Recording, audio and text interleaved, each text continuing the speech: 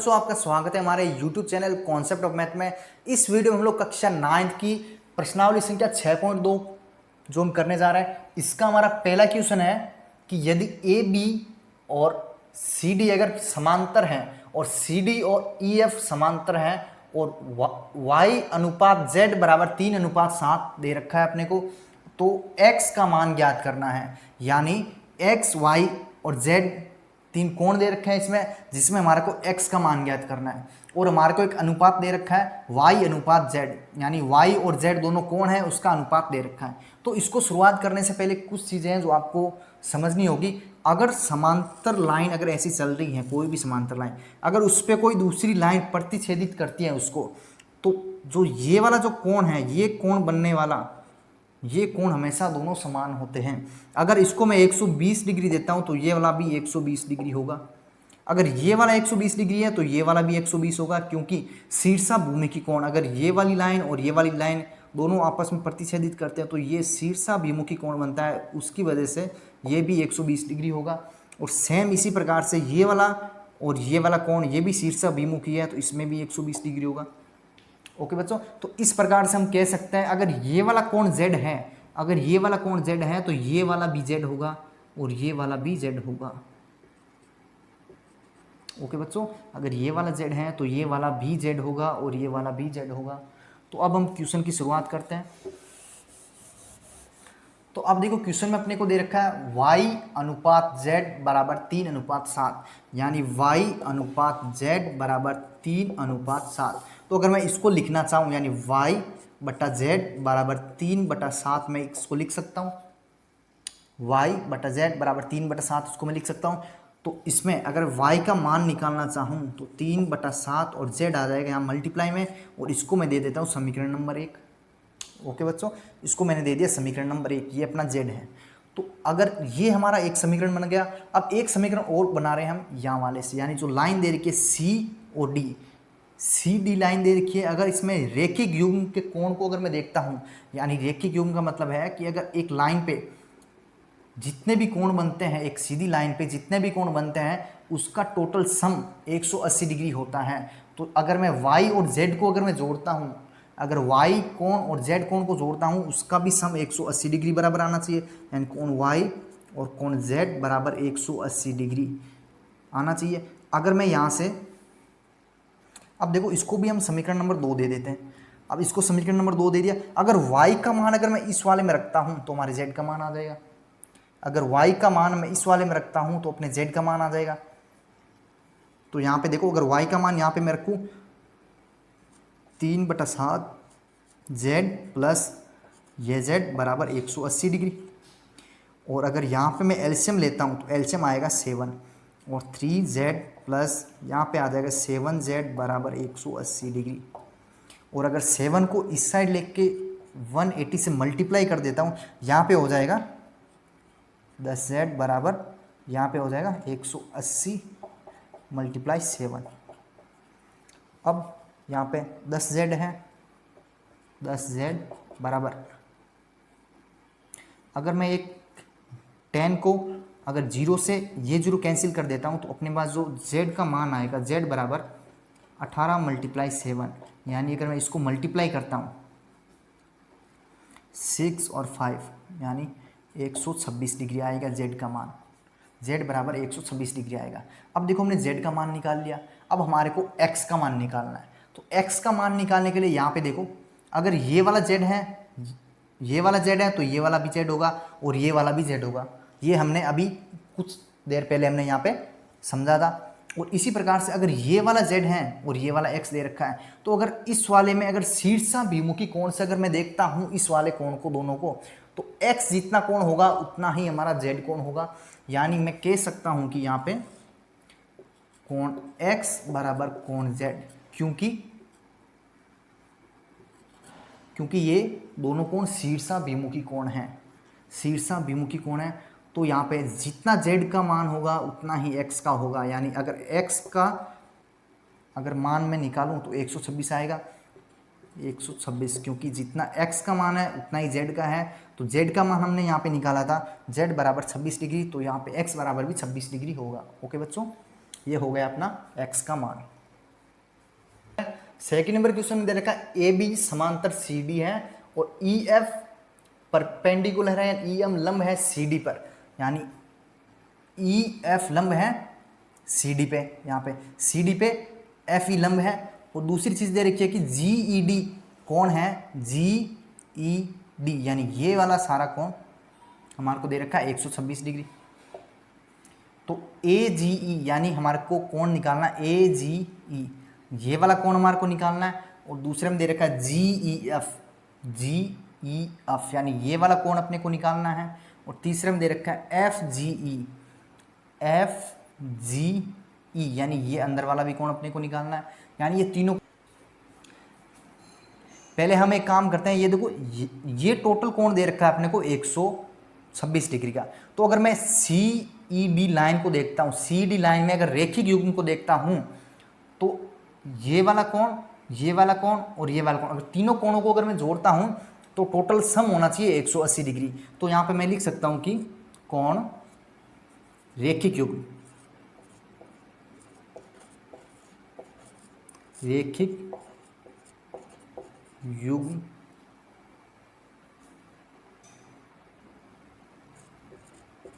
रेखा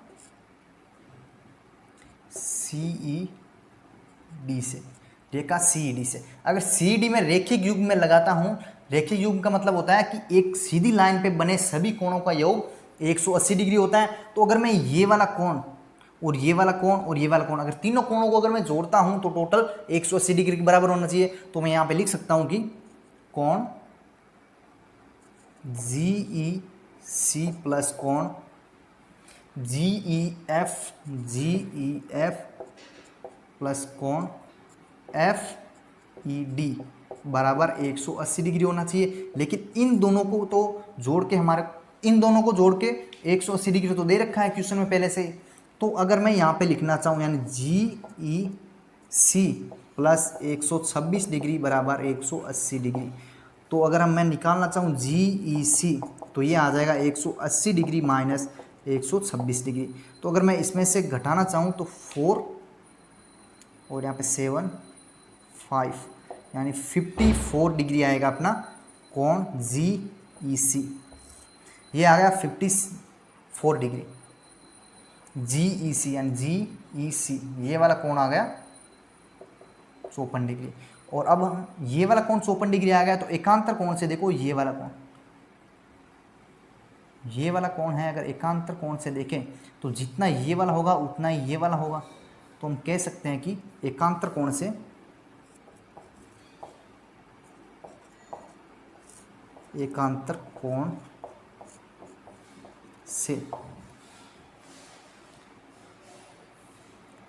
कोण F G ई बराबर कोण सी ई जी दोनों बराबर होंगे। तो ये वाला कोण हमने निकाल लिया था सी ई जी यानी ये वाला कोण हमने निकाला था।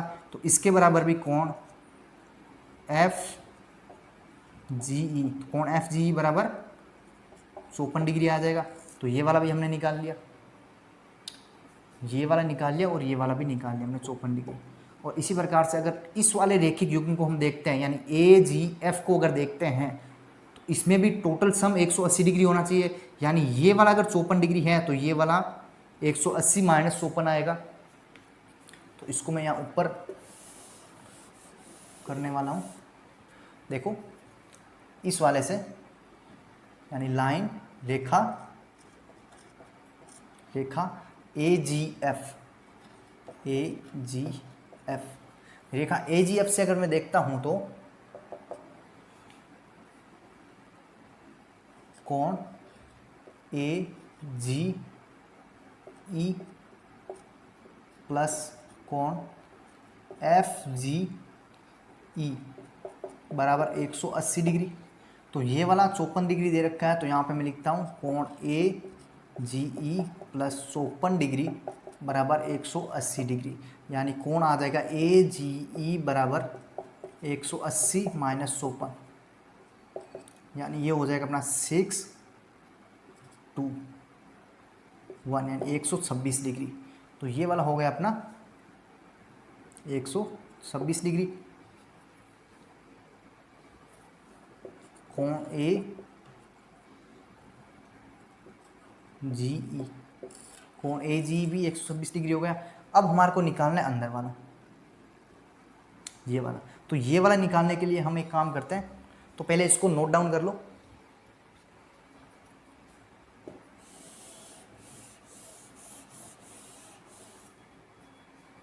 अब देखो बच्चों, ये अंदर वाला अपने को निकालना है। अंदर वाला निकालने के लिए हम एक, इसमें देखो ये टोटल सम हमारे को दे रखा है 180 डिग्री, यानी अगर मैं 54 प्लस 90 डिग्री बराबर प्लस ये वाला कोण हो जाएगा अपने जी ई एफ, यानी कोण जी ई एफ बराबर 180 डिग्री। देखो ये 90 डिग्री का मतलब है ये वाला कोण, ये वाला कोण और ये वाला कोण और ये वाला कोण, अगर तीनों को जोड़ेंगे तो 180 डिग्री बराबर होना चाहिए।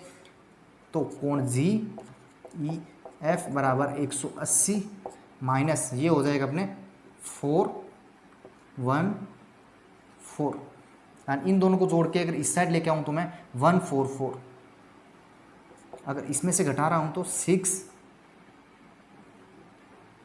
3 एंड 36 डिग्री कोण बनेगा अपना जी ई एफ। ये कोण आ गया अपना 36 डिग्री। तो अब ये वाला कोण आ गया 36 डिग्री। ओके बच्चों, ये वाला कोण आ गया अपने 36 डिग्री। तो अपने को 3 कोण निकालने थे, तो पहले वाला तो ये, दूसरे वाला ये और तीसरे वाला ये। तो हमने तीनों कोणों निकाल चुके हैं, तीनों कोण हम निकाल चुके हैं। तो पहले वाला आ गया 54 डिग्री, दूसरा 36 डिग्री और तीसरा 126 डिग्री और चौथा आ गया 54 डिग्री। तो इस प्रकार से हमने इस क्वेश्चन को भी हल कर लिया है। यदि पी क्यू समांतर एस टी है और इसमें कोण दे रखा है पी क्यू आर बराबर 110 डिग्री और आर ओ टी बराबर 130 डिग्री, तो हमारे को क्यू आर एस निकालना है। क्यू आर एस का मतलब होगा क्यू आर एस, ये वाला कोण अपने को निकालना है। तो ये वाला कोण निकालने से पहले हम क्वेश्चन को देखो ध्यान से देखते हैं। अगर ये वाली लाइन और ये वाली लाइन समांतर है एक दूसरे के, अगर ये दोनों लाइन समांतर है तो यहाँ से अगर मैं एक डॉटेड लाइन खींचता हूँ ऐसे, अगर इस लाइन को अगर मैं आगे बढ़ाता हूँ, अगर इस वाली लाइन को भी अगर मैं ऐसे आगे बढ़ाता हूँ, तो अब ये वाला देखो, अगर इस वाले को अगर मैं यहाँ पे Z नाम दे रहा हूँ और इस वाले को अगर मैं यहाँ पे Y नाम दे रहा हूँ, यानी Z और Y अगर मैंने यहाँ पे नाम दे दिया। अब देखो अगर इस वाले को भी मैं अगर यहाँ से ऐसे यहाँ तक बढ़ा दूँ, यानी ये वाला जो बनने वाला एक समांतर चतुर्भुज है, और इसी प्रकार से अगर मैं इस वाले को भी अगर ऐसे बढ़ा दूँ तो ये वाला भी एक समांतर चतुर्भुज होगा। और समांतर चतुर्भुज की कुछ विशेषताएं हम लोग पहले पढ़ लेते हैं जो हमारे इस क्वेश्चन में काम आएगी। अगर मान लो ये समांतर चतुर्भुज है अपना, समांतर चतुर्भुज में आमने सामने के कोण बराबर होते हैं, ये चीज़ हम पढ़ चुके हैं। और दूसरी चीज़ ये है कि अगर ये वाला कोण और ये वाला कोण, अगर इस वाले कोण को और इस वाले कोण को अगर जोड़ते हैं हम, इन दोनों को कोण को जोड़ेंगे तो 180 डिग्री के बराबर आना चाहिए अपना। ओके बच्चों, ये दो विशेषताएं हम इस पर्सन में यूज करेंगे। अब देखो ये वाला 130 डिग्री दे रखा है, ये 130 डिग्री है, तो ये वाला भी, ये वाला कोण और ये वाला कोण अगर दोनों को जोड़ूं मैं तो 180 डिग्री के बराबर होना चाहिए। तो यहां पे लिख सकता हूं समांतर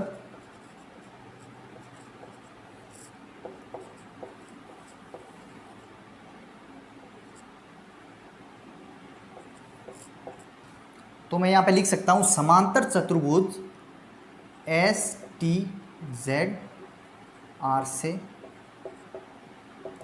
समांतर चतुर्भुज एस टी जेड आर से। अब इस वाले समांतर चतुर्भुज को मैं देखता हूं तो देखो कोण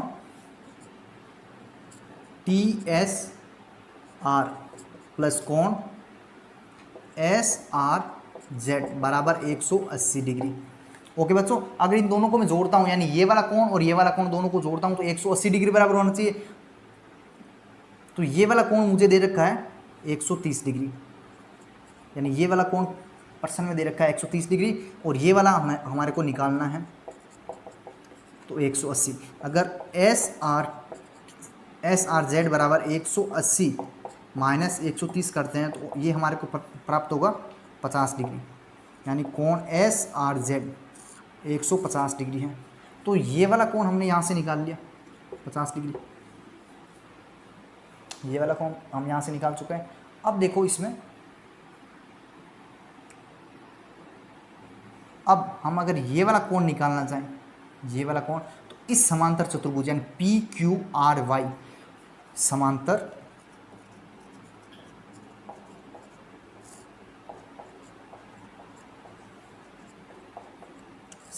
चतुर्भुज पी क्यू आर वाई से, अगर ये वाला समांतर चतुर्भुज में अगर हम देखें तो ये वाला कोण और ये वाला कोण अगर दोनों को जोड़ते हैं तो इसमें भी 180 डिग्री बराबर होना चाहिए। तो यहाँ पे 110 डिग्री प्लस ये वाला कोण क्यू आर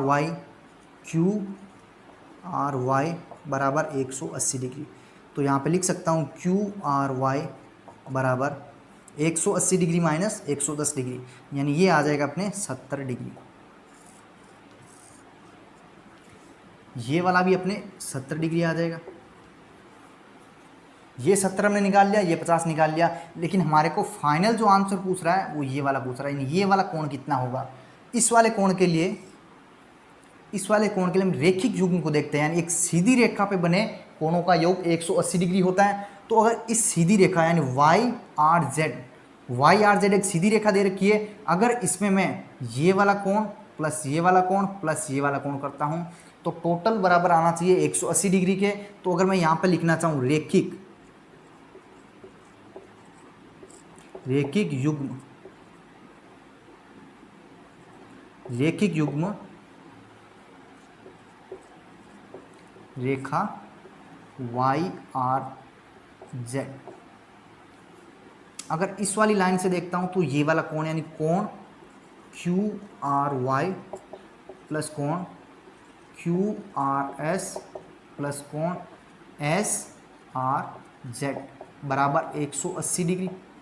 तो ये वाला अपने को दे रखा है 70 डिग्री प्लस ये वाला दे रखा है अपने को, सॉरी ये वाला निकालना है अपने को, क्यू आर एस प्लस ये वाला हमने निकाला था 50 डिग्री बराबर 180 डिग्री। तो अगर मैं क्यू आर एस बराबर 180 डिग्री माइनस 120 डिग्री 50 प्लस 70 यानी 120 डिग्री, तो अगर मैं यहाँ से निकालूँ कोण क्यू आर एस तो क्यू आर एस हो जाएगा अपना 60 डिग्री। ये हो गया अपना कोण क्यू आर एस, जो कि हमारे को पर्सन में पूछ रखा था क्यू आर एस का। यदि ए बी समांतर सी डी दे रखा है और ए पी क्यू बराबर 50 डिग्री, ये वाला कोण 50 डिग्री दे रखा है, और पी आर डी बराबर 127 डिग्री, यानी ये वाला जो कोण दे रखा है 127 डिग्री दे रखा है, और एक्स और वाई का मान हमारे को ज्ञात करना है। तो एक्स और वाई का मान ज्ञात करना है, तो एक्स और वाई का मान ज्ञात करने से पहले ये वाला कोण देखो, यानी ए पी क्यू आर, ये वाली आकृति देखते हैं। तो ये जेड आकृति हमारे को दिखाई दे रही है। जेड आकृति का मतलब हो गया कि एकांतर कोण। तो मैं यहाँ पे लिख दे रहा हूँ कि एकांतर कोण ए पी क्यू आर, तो इसमें देखो कोण ए पी क्यू बराबर कोण पी क्यू आर। तो ये वाला जितना कोण है उतना ये वाला होगा। तो ये वाला अपने को 50 डिग्री दे रखा है और ये वाला भी 50 डिग्री हो जाएगा। तो इस वाले के बराबर हमारे को x दे रखा है, यानी x बराबर हो जाएगा 50 डिग्री। एकांतर कोण, जिसकी वजह से एकांतर कोण का मतलब हो गया जितना ये वाला कोण होगा उतना ही ये वाला होगा, यानी x बराबर आ गया अपने 50 डिग्री। तो इसी प्रकार से अगर हम y का निकालें, y का निकालने के लिए पहले हमारे को इस कोण की ज़रूरत होगी, इस कोण की ज़रूरत होगी। अगर इस वाले कोण को निकालने के लिए हम एक काम करते हैं, जो ये वाली लाइन दे रखी है क्यू आर बी लाइन दे रखी है, एक सीधी लाइन पे बने सभी कोणों का योग 180 डिग्री होता है। तो अगर यहाँ पे दोनों कोणों को अगर मैं जोड़ देता हूँ, यानी कोण, पहले यहाँ पे लिख लेते हैं रेखिक युग्म जिसमें रेखा क्यू आर बी। इस वाली रेखा हम देखो, एक तो ये वाला कोण होगा और एक ये वाला कोण। अगर दोनों को जोड़ते हैं ये वाला कोण हो जाएगा पी आर क्यू, कोण पी आर क्यू प्लस कोण P R B, P R B, दोनों का सम होगा 180 डिग्री के बराबर। तो ये वाला अपने को निकालना है, यानी कोण पी आर क्यू ये निकालना है, और ये वाला दे रखा है 127 डिग्री बराबर 180 डिग्री। तो अगर ये वाला कोण मैं लिखता हूँ पी आर क्यू बराबर 180 माइनस 127, तो ये हो जाएगा अपने 35 यानी 35 डिग्री। ये वाला कोण होगा वो 53 डिग्री, सॉरी 53 डिग्री होगा। अब देखो इस त्रिभुज में ये वाला कोण भी हमने 50 डिग्री निकाला था। अब इस त्रिभुज में देखो, त्रिभुज के तीनों कोणों का योग 180 डिग्री के बराबर होता है। तो अगर मैं यहाँ पे त्रिभुज के तीनों कोणों का योग को अगर मैं जोड़ दूँ, यानी तीनों कोणों को अगर मैं जोड़ दूँ वो 180 डिग्री के बराबर होगा। यानी त्रिभुज पी क्यू आर में, त्रिभुज पी क्यू आर में कोण y प्लस कोण x प्लस कोण ये वाला हो जाएगा पी आर क्यू बराबर 180 डिग्री। यानी तीनों कोणों को जोड़ेंगे तो 180 डिग्री के बराबर होना चाहिए। तो y वाला अपने को निकालना है, और x बराबर 50 डिग्री हमने निकाला था, और ये वाला अभी हमने 53 डिग्री निकाला था, और टोटल 180 डिग्री के बराबर होना चाहिए। यानी y बराबर 180 माइनस 53 माइनस 50, यानी y बराबर 180 माइनस 103 डिग्री, 180 माइनस 103 डिग्री। अगर इसको मैं यहाँ पे लिखना चाहूँ, यानी y बराबर 180 में से अगर 103 निकालते हैं तो 7, यहाँ पे 7 यानी 77 डिग्री आएगा y का मान, 77 डिग्री y का मान। क्योंकि अगर तीनों कोणों को अगर जोड़ते हैं तो 180 डिग्री के बराबर होना चाहिए त्रिभुज में।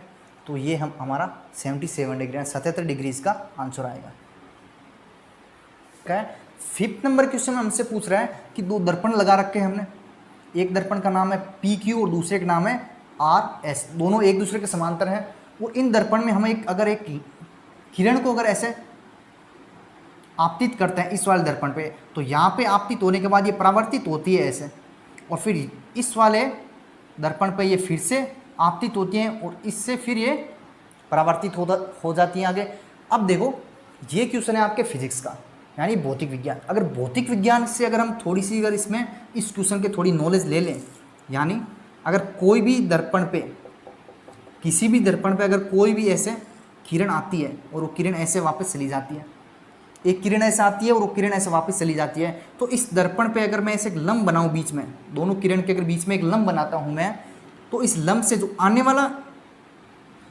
वाली जो किरण है और जो जाने वाली किरण है, दोनों के बीच में जो कोण होगा ना, यानी ये जो लंब है, इस लंब के और जो आपतित किरण है दोनों के बीच का जो कोण होगा उसको लिखते हैं हम आई, और जो परावर्तित किरण है और जो लंब है उसके बीच का कोण को लिखते हैं हम आर।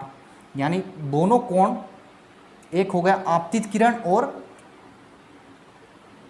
लंब के बीच का, दूसरा हो गया लंब और परावर्तित किरण के बीच का। इन दोनों कोण हमेशा, ये दोनों कोण हमेशा बराबर होते हैं, ये दोनों कोण हमेशा बराबर होते हैं। तो इसी प्रकार से अगर मैं इस वाले में देखता हूं, इस वाले में अगर मैं यहाँ पे लंब बनाता हूं ऐसे,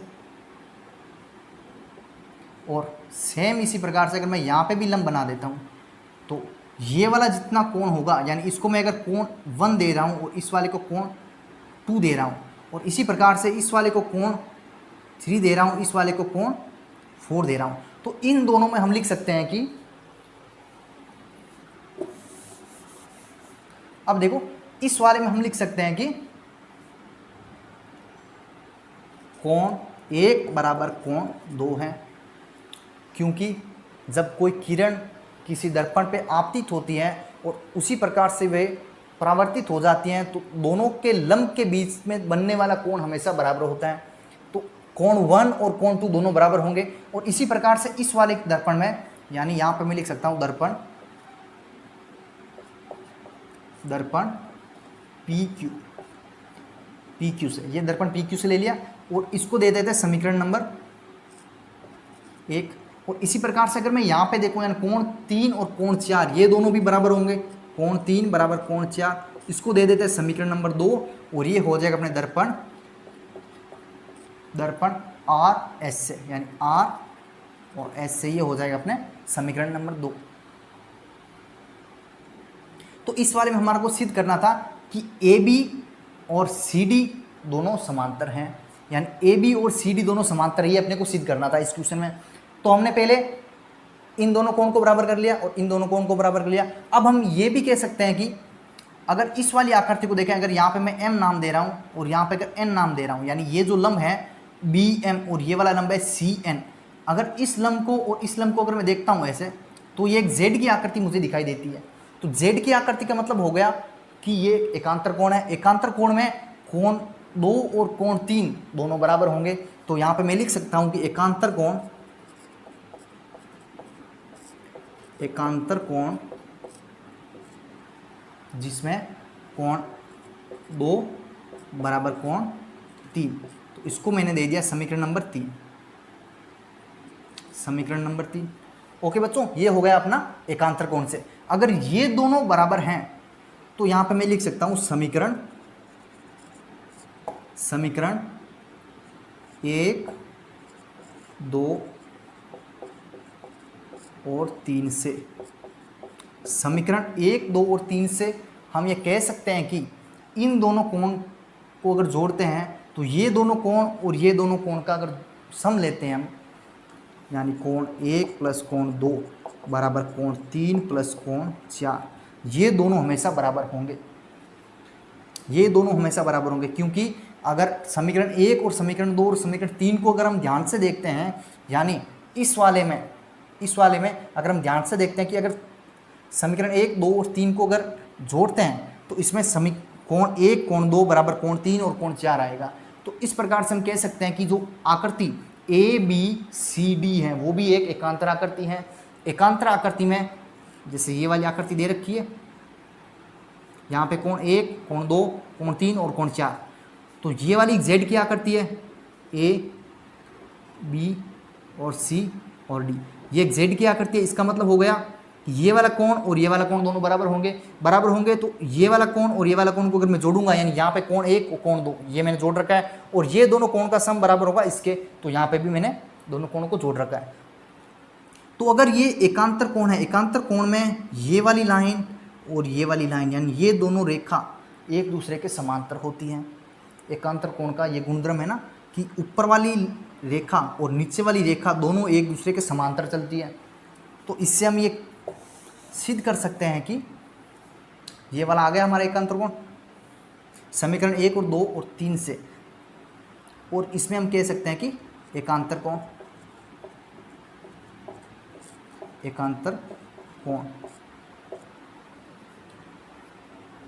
ओके बच्चों, ये हमने लिख दिया। अब इस प्रकार से हम जो आकृति हमारे को प्राप्त हो रही है ए बी सी डी, यानी आकृति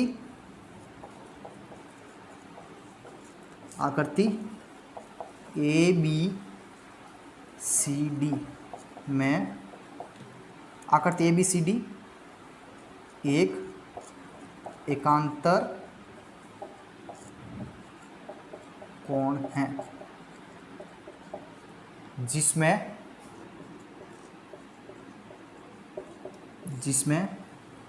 रेखा ए बी बराबर C D, so A B समांतर सी डी है। यही हमारे को सिद्ध करना था कि रेखा ए बी समांतर सी डी है। तो ये यहाँ हमने सिद्ध कर दिया है कि रेखा ए बी समांतर सी डी है। ओके बच्चों, इसको अगर लिखना चाहो तो नोट कर लो।